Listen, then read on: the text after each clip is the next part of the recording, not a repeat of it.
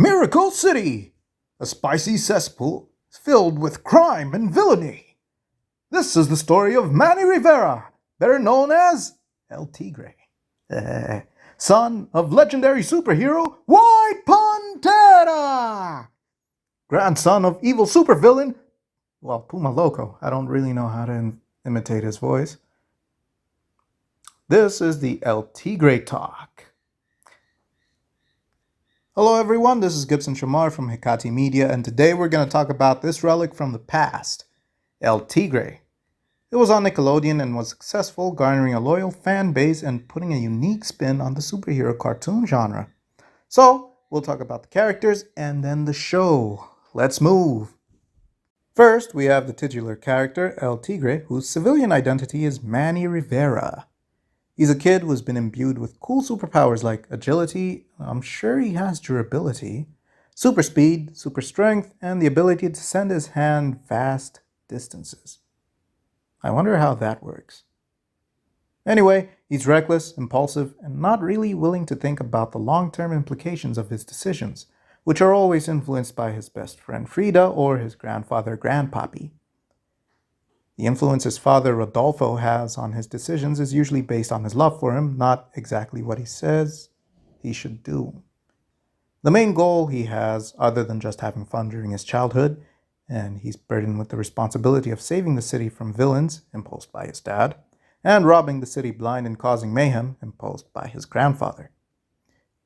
He has to decide whether he will be a hero or a villain, and in every episode there's some sort of moral lesson he's supposed to learn. Sometimes he does, sometimes he doesn't. He's very talented for combat, has a sense of humor and of duty. He's not above practical jokes and vanity. A lot like us in the real world, huh? Then we have He's Rodolfo Rivera. He's an upstanding citizen and a dutiful son. He loves his family above all else, even his supervillain father. He's always looking to do the right thing and ready to fight crime, although he is prone to giving up when he is powerless. He probably has some deep-rooted insecurities as well and has low self-esteem. Nevertheless, he's a staunch patriarch and hero of the people of Miracle City, and they can rely on him. He is, after all, Dang, I love it when he says that. He's had an eventful life, foiling all sorts of villains, with only one scaring him off, or so we thought. He actually left because it was not worth sacrificing his life if he was going to leave his family behind. His wife eventually divorced him, though. That part is what shows us his low self-esteem. He isn't over her and jumps and cheers at every hint of a possibility of them getting back together. He even had a huge picture of her put up in his living room. Talk about needing a chill pill. Instead of a belt buckle, like Manny, he uses enchanted boots to give him his powers. Aside from the usual durability and probably strength, he has super speed. That's what he excels at. And his boots have the power to make folks tell the truth. No wonder he's such an upstanding citizen. Something weird about him is how he wears his luchador mask even in his civilian identity. Then we have Grandpappy, also known as Puma Loco. He's very loco, folks. He steals and pillages whenever he can, and is always up to something sneaky that he wants to involve Manny in order to convince him that being a criminal is fun. He has an enchanted sombrero, which gives him a robotic suit. This family is not to be trifled with, folks. He's a cool guy and all, and only looks for trouble when he can benefit from it. Despite being on opposite sides of the law with his son, he will go to the very ends of the earth to protect him and his grandson. Thing is, his son barely ever needs protection since he can take care of himself more than well enough. But if push comes to shove, he gets it done right. Then we have Frida, Manny's best and quite possibly only friend. She's a bit of a bad influence on Manny, always getting him into mischievous things or simply tagging along his mischievous deeds with no questions asked. She's more of a devil on his shoulder, countering the angel that is his father. Rodolfo doesn't have an easy task in influencing Manny, seeing as his dad and Manny's friend are both steering him the other way. Frida is not a toxic friend, though. She is loyal and sticks by him through thick and thin, defending him even when he's not around to see it. Towards the end of the show, we see a couple of times that she has feelings for him, and in the last episode, they kiss.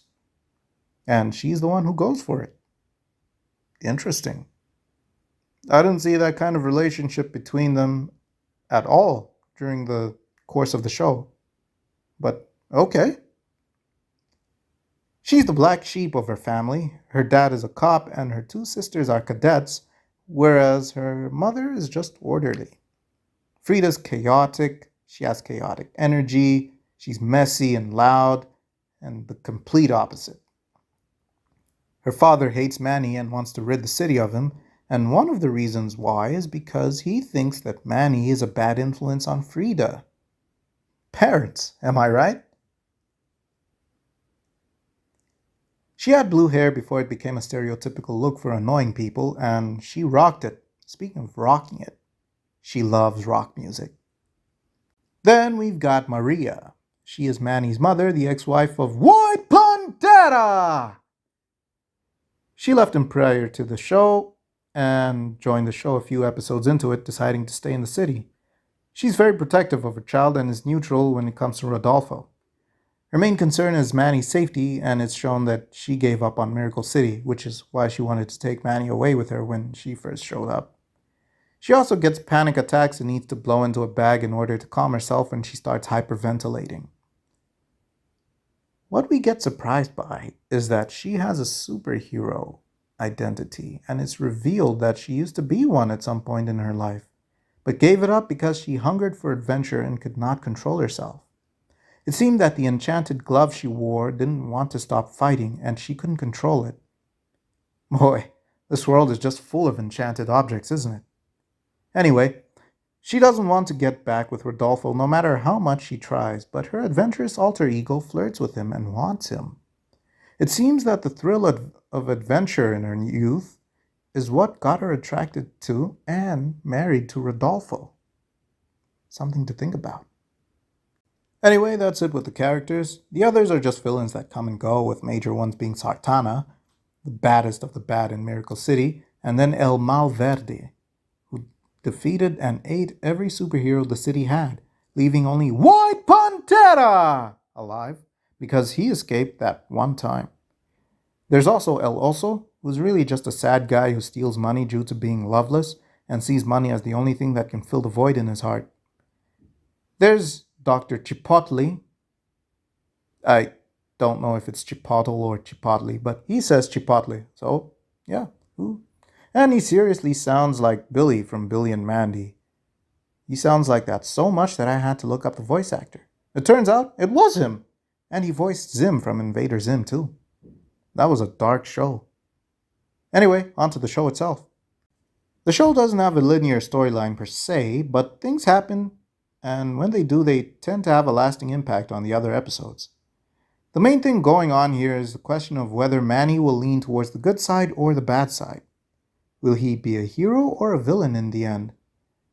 At the start, it was cut and dry that he was a hero, but as the show progressed, his decisions became more selfish and self-serving, showing that it's not all glittering goodness in there. The characters are well explored and nobody feels like an unnecessary addition.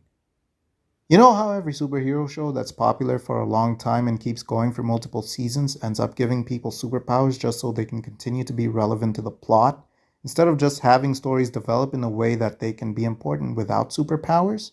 Sometimes it just gives the others powers and actually pulls it off well. Yeah, this show doesn't do that. It gave Frida power once or twice, but that was it. She still was an average girl who would just get in trouble, and she kept roasting herself about it. But she was still integral to the plot. The voice casting and acting is amazing, and I don't know about you, but I love Latino, Spanish, and otherwise South American accents in Hollywood shows and movies. They're just so cool, you know? And considering this was a show I liked that had the whole cast like that, man, I was just loving it the whole time. Oh, and the theme song. The opening theme song is amazing. It's memorable. It's catchy and short, straight to the point. I downloaded a 10-minute extended version of it from a perfectly legal website, by the way. Man, it's just so cool. The version I watched didn't have the episode where he decides what he's going to be, and the creators made it so that the fans decide what he becomes. If they voted villain, he'd become one, conquer the world, and have Frida by his side the whole time, and we'd see the world about 80 years in the future being ruled by evil El Tigre. If they voted hero, well, we know what happens. He rejects his grandfather's requests and saves the day full time, with Frida also being there by his side. Fans chose hero. The creator made both versions of the finale, though. It's just that the hero one is canonical. Though the show is mostly just slapstick comedy that doesn't really deal with big things, there are very touching episodes, like the one with El Malverde's introduction, where we get to see the depth of love Rodolfo had for his family. There's also the most epic one, and my favorite.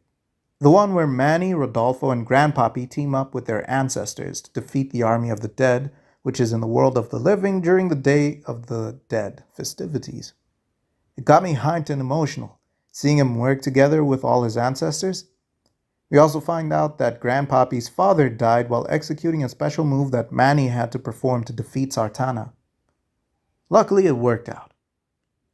We also got to see what happens if they don't choose what path to follow. They go crazy and develop a dual personality. It must be a curse that comes with the enchanted objects they get. Speaking of which, we never even found out where they come from, or how they came to be, or why the Riveras keep finding them. It isn't important anyway. We can just keep things at it's poetry. It rhymes. And call it a day. That's what works with Star Wars these days, right? Or we can just say that it was all part of the grand design.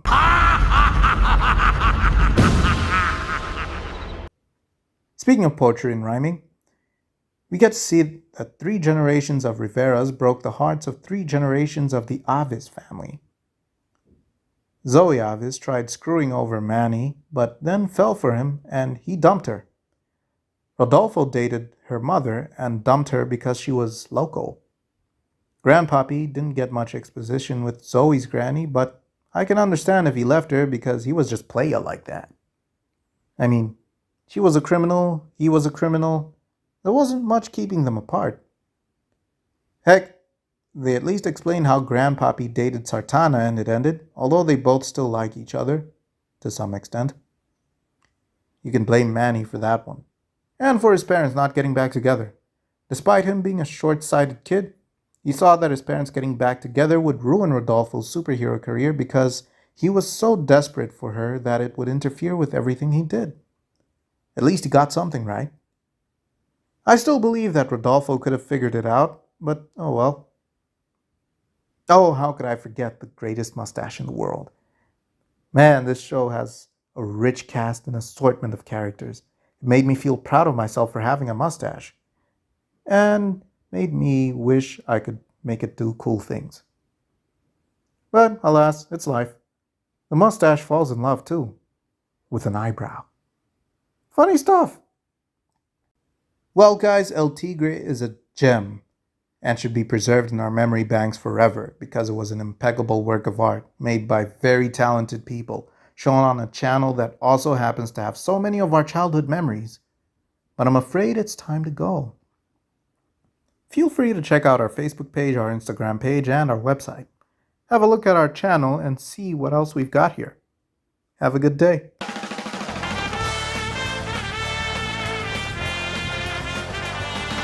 Did you know that the show was made using Adobe Flash?